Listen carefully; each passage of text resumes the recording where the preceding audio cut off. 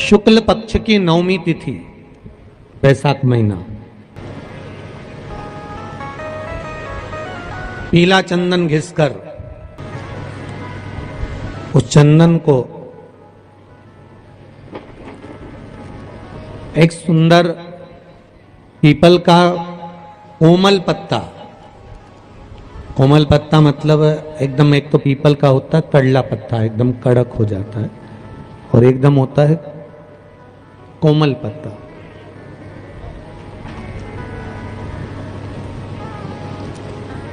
उस पीपल के कोमल पत्ते पर पीला चंदन घिसकर, जो वह चंदन होता है, उस चंदन को घिसकर उस चंदन को उस पत्ते पर रख ले। और महाराज उस पत्ते को मध्याह्न के समय पर, जैसे जब सुबह के समय पर सारी पूजन हो जाए, अर्चना हो जाए, भगवान शिव के मंदिरों में जल समर्पित हो जाए, उसके बाद में जब बाबा एकदम आनंद में विराजे हों, तब जहां शिवलिंग रखा होता है,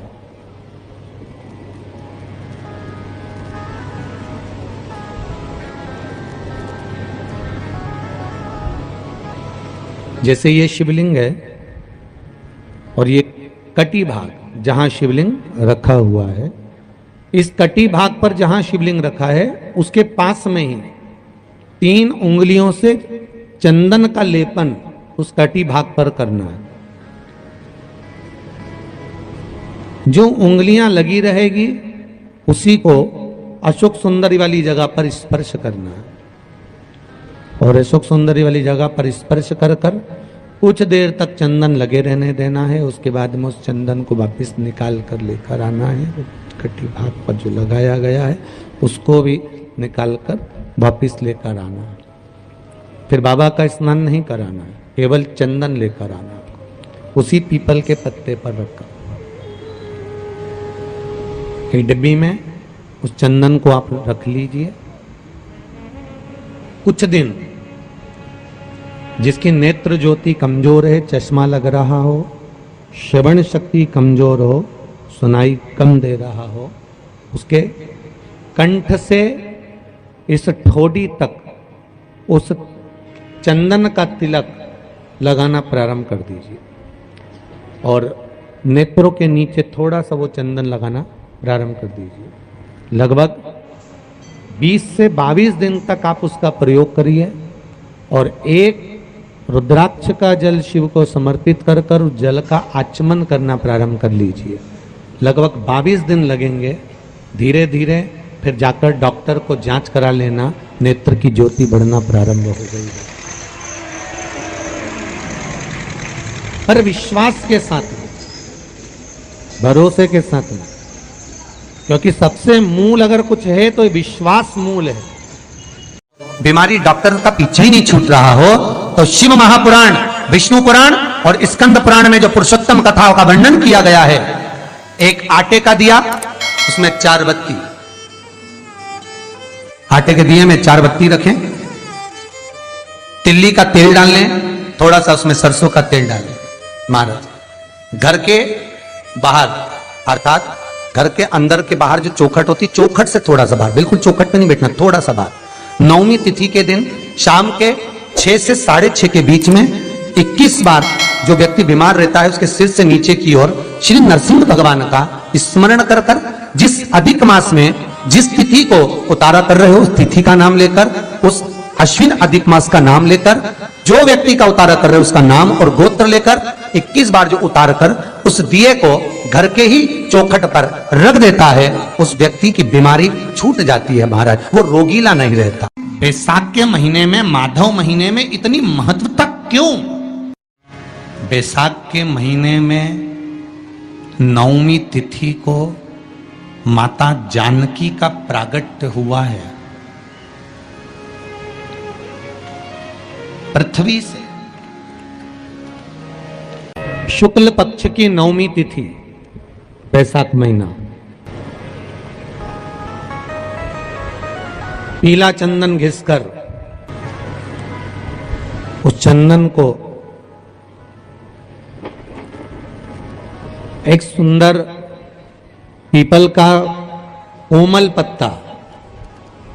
कोमल पत्ता मतलब एकदम, एक तो पीपल का होता है कड़ला पत्ता, एकदम कड़क हो जाता है, और एकदम होता है कोमल पत्ता।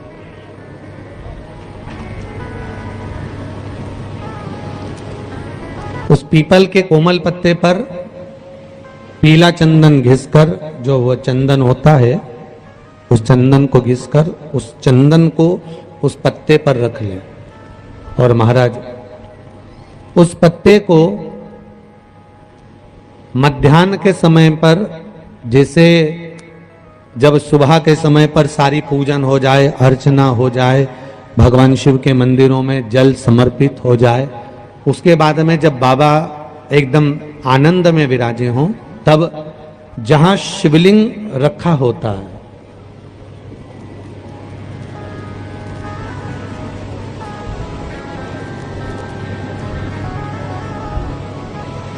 जैसे ये शिवलिंग है और ये कटी भाग जहां शिवलिंग रखा हुआ है, इस कटी भाग पर जहां शिवलिंग रखा है उसके पास में ही 3 उंगलियों से चंदन का लेपन उस कटी भाग पर करना है।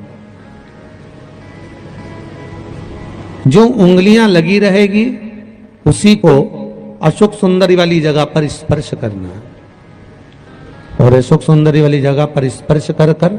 कुछ देर तक चंदन लगे रहने देना है। उसके बाद में उस चंदन को वापस निकाल कर लेकर आना है। कटी भाग पर जो लगाया गया है उसको भी निकाल कर वापस लेकर आना है। फिर बाबा का स्नान नहीं कराना है, केवल चंदन लेकर आना है, उसी पीपल के पत्ते पर रखकर। एक डिब्बी में उस चंदन को आप रख लीजिए। कुछ दिन जिसकी नेत्र ज्योति कमजोर है, चश्मा लग रहा हो, श्रवण शक्ति कमजोर हो, सुनाई कम दे रहा हो, उसके कंठ से इस ठोड़ी तक उस चंदन का तिलक लगाना प्रारंभ कर दीजिए, और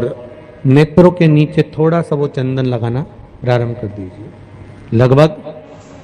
20 से 22 दिन तक आप उसका प्रयोग करिए, और एक रुद्राक्ष का जल शिव को समर्पित कर कर उस जल का आचमन करना प्रारंभ कर लीजिए। लगभग 22 दिन लगेंगे। धीरे धीरे फिर जाकर डॉक्टर को जांच करा लेना, नेत्र की ज्योति बढ़ना प्रारंभ हो गई है। पर विश्वास के साथ में, भरोसे के साथ में,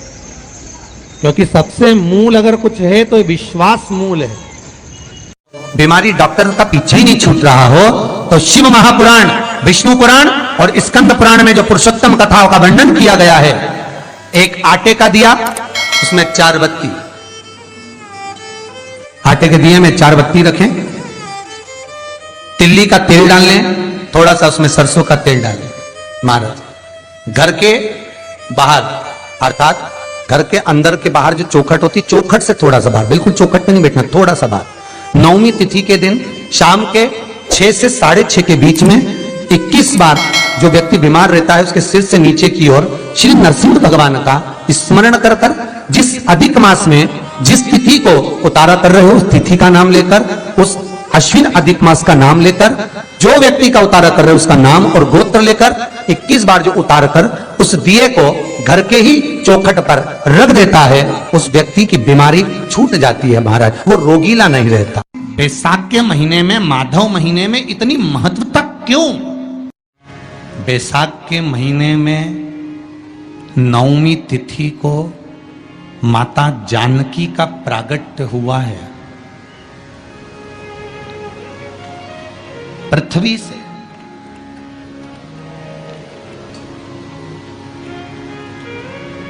कभी एक विचार करिएगा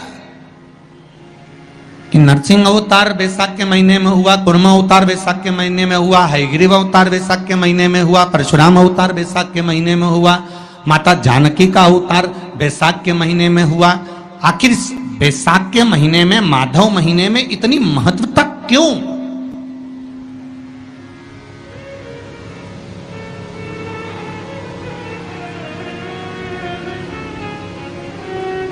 बैसाख के महीने में पड़ने वाली एकादशी चतुर्थी, प्रदोष, अमावस्या, पूर्णिमा, शिवरात्रि, ये सभी इतनी महत्वपूर्ण क्यों हो जाती है?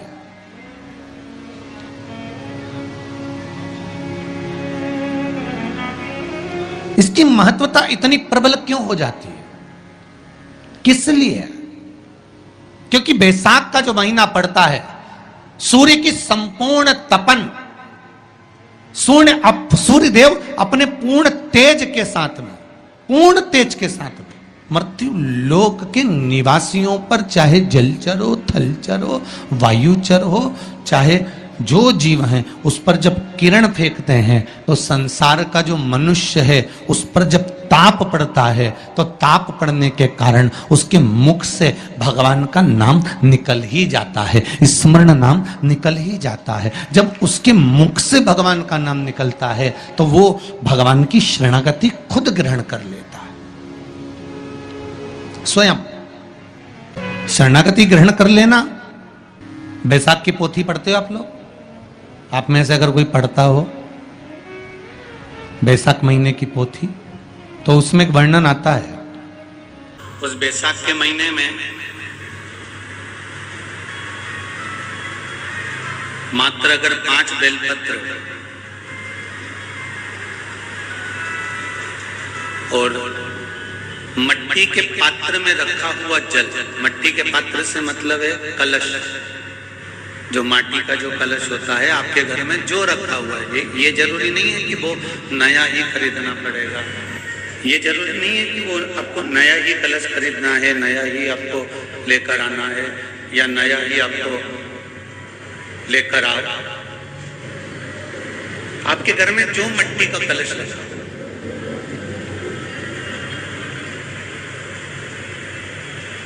जो माटी का कलश आपके घर में रखा हुआ, 5 बेलपत्र, मट्टी के कलश में जो जल भरा हुआ हो, वो जल तांबे के पात्र में डालकर शिव जी पे 5 बेलपत्र